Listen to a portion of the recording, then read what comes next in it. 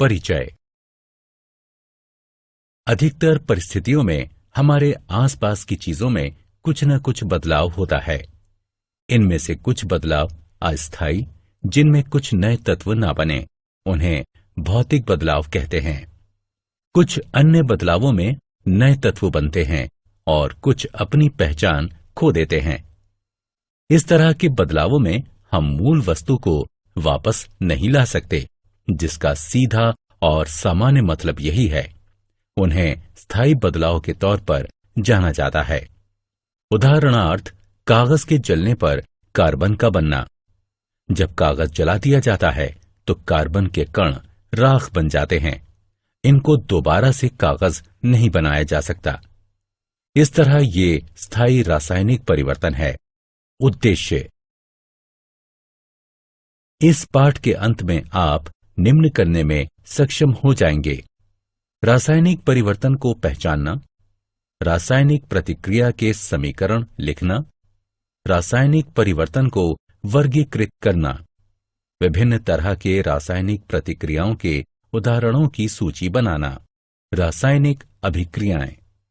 एक रासायनिक अभिक्रिया वो होती है जिसमें तत्व या तत्वों की रासायनिक प्रतिक्रिया से एक नया तत्व या कई तत्व बनते हैं।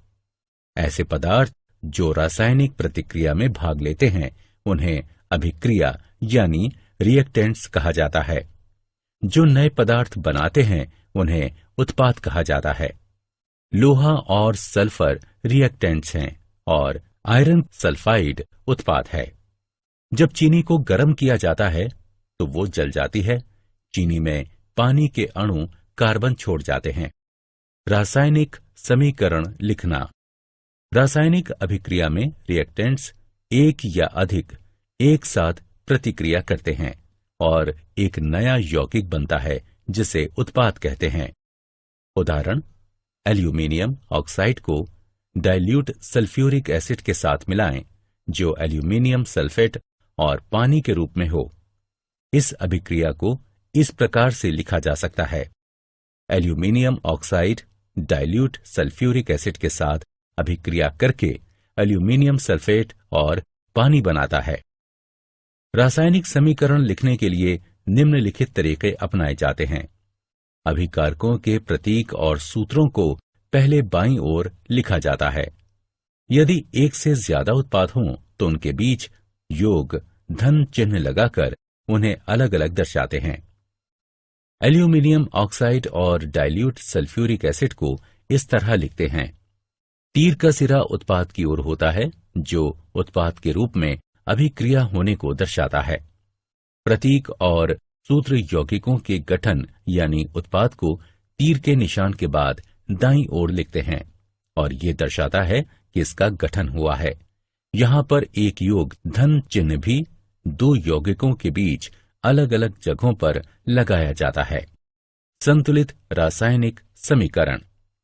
रासायनिक समीकरण द्रव्यमान के संरक्षण के नियम पर आधारित है। इस नियम के अनुसार द्रव्यमान का निर्माण नहीं किया जा सकता है और न ही रासायनिक अभिक्रिया में नष्ट किया जा सकता है।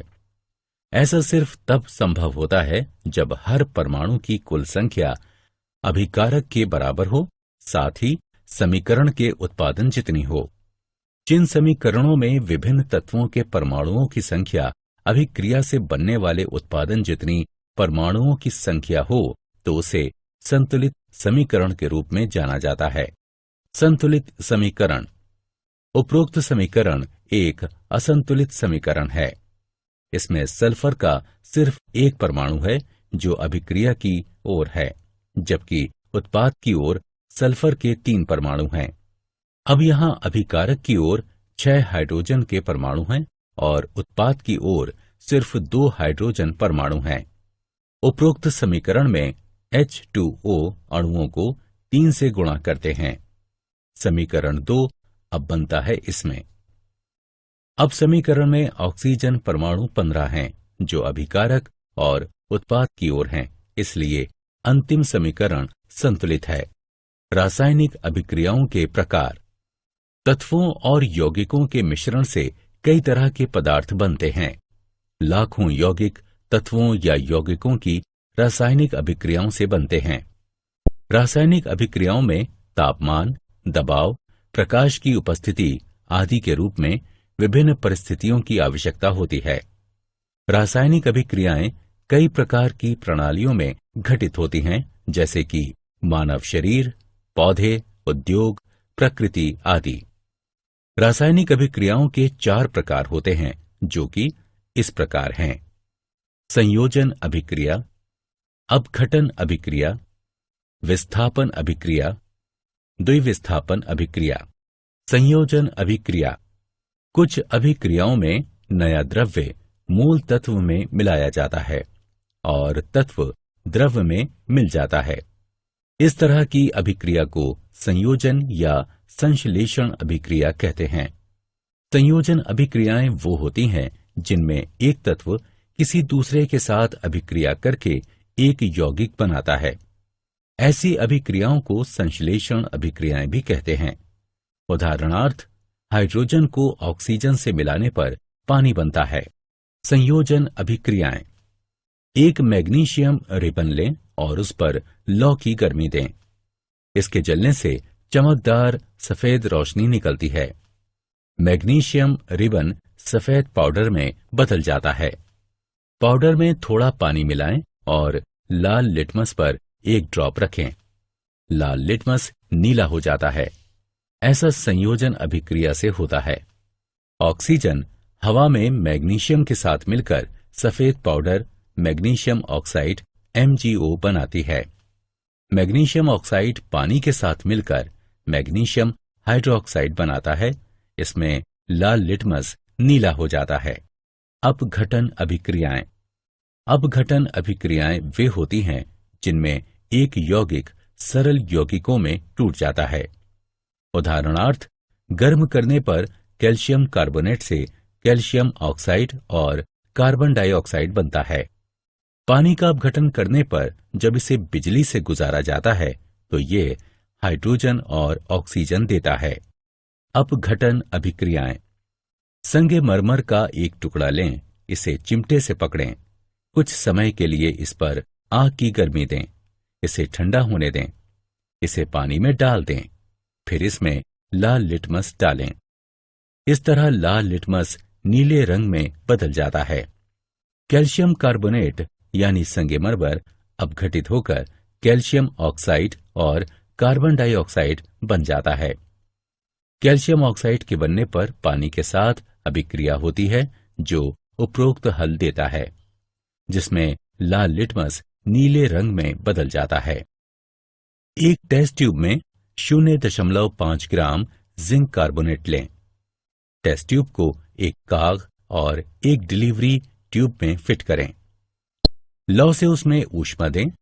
इससे एक रंगहीन गैस बाहर निकलती है। इस गैस को नींबू पानी से गुजारते हैं तो ये दूधिया हो जाता है। जिंक कार्बोनेट को गर्म करने से यह अपघटित होकर कार्बन डाइऑक्साइड गैस और जिंक ऑक्साइड बनाता है। कार्बन डाइऑक्साइड नींबू पानी को दूधिया कर देती है। एक चाइना डिश में 1.0 ग्राम फेरस सल्फेट लेकर गर्म करें। तेज गर्म करने पर फेरस सल्फेट का रंग हरे से बदलकर भूरा हो जाता है। एक तीखी महकदार गैस भी इससे बाहर निकलती है। ऐसा फेरस सल्फेट के अपघटन की वजह से होता है, जो ब्राउन फेरिक ऑक्साइड और SO2 और SO3 जैसी तीखी महकदार वाली गैस निकलती है।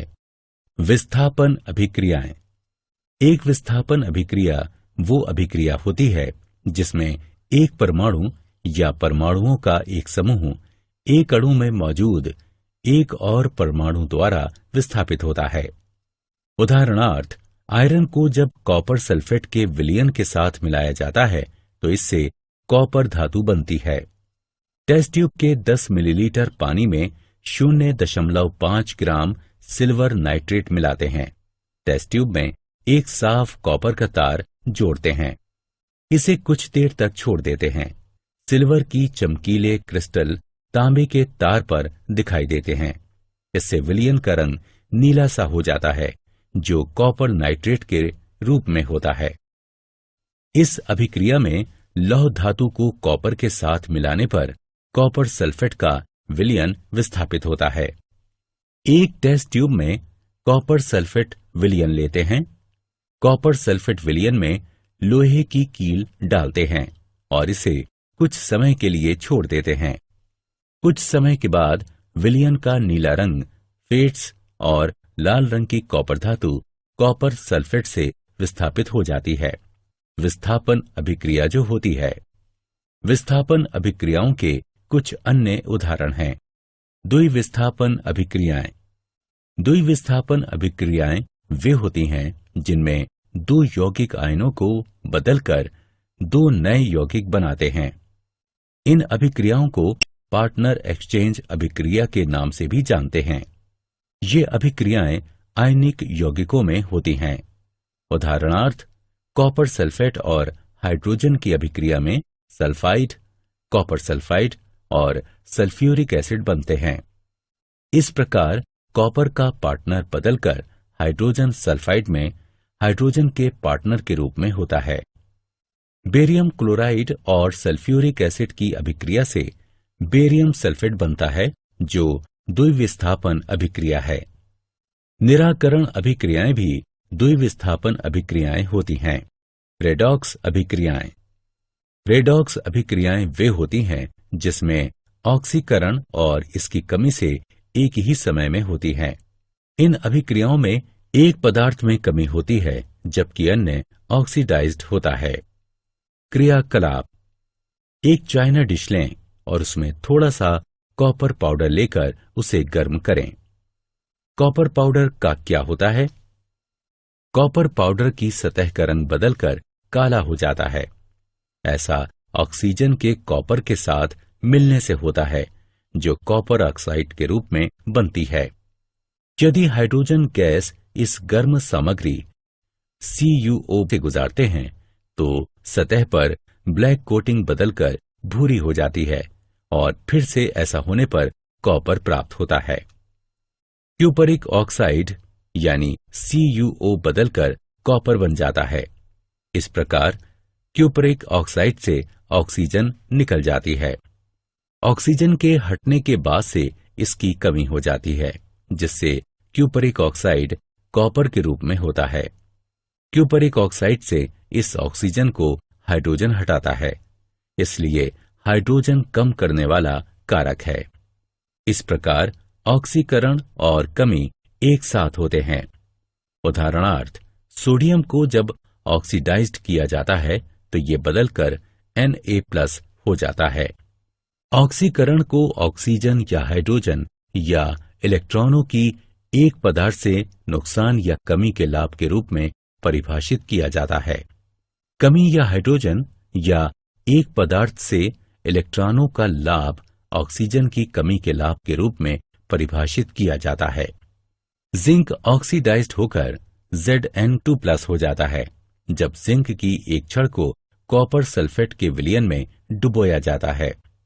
इस अभिक्रिया में जिंक 2 इलेक्ट्रॉन खो देता है और Zn2+ हो जाता है। इस प्रकार जिंक ऑक्सीडाइज्ड हो जाता है। दूसरी ओर Cu2+ में 2 इलेक्ट्रॉनों की कमी हो जाती है जिसे ये ग्रहण करता है और वो Cu हो जाता है। संक्षारण। आपने देखा होगा कि लोहे के बने पुराने गेट पर लालिमा युक्त भूरे रंग की परत चढ़ जाती है। लोहे की चीजों में लालिमा युक्त भूरा रंग एक जंग होता है। कुछ अन्य सामग्री में भी इसी तरह का जंग लगता है। चांदी पर काली परत और कॉपर पर हरे रंग की परत भी इसी तरह के उदाहरण हैं। जंग एक प्रक्रिया है जो धातुओं को धीरे धीरे बाहरी हवा, नमी या उनकी सतह के हिसाब से रासायनिक क्रिया की वजह से होती है। विकृत गंधिता। अगर एक धातु में अभिक्रियाशील होती है, इसकी सतह पर धीरे धीरे ऑक्सीजन और पानी यानी नमी की मार पड़ सकती है।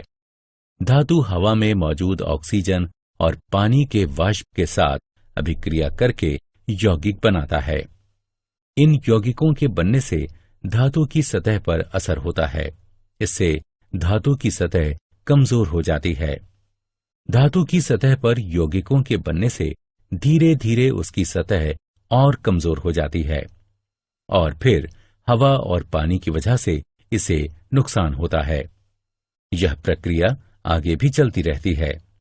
इस तरह हवा और पानी धीरे धीरे पूरी धातु को ही नष्ट कर देते हैं। जब हम खाद्य सामग्री, वसा या तेल को लंबे समय तक रखते हैं तो ये वक्रित गंधी हो जाते हैं और एक समय के बाद इसके दुर्गंध और स्वाद बदल जाते हैं। ऐसा खाद्य सामग्री के बासी हो जाने की वजह से होता है। विकृत गंधिता वसा युक्त और तैलीय चीजों में हाइड्रोलिसिस उपचयन से होता है।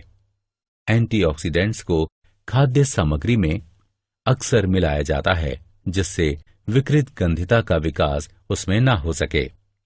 प्राकृतिक एंटीऑक्सीडेंट्स में शामिल है पॉलीफेनॉल्स, एस्कॉर्बिक एसिड, टोकोफेरॉल्स।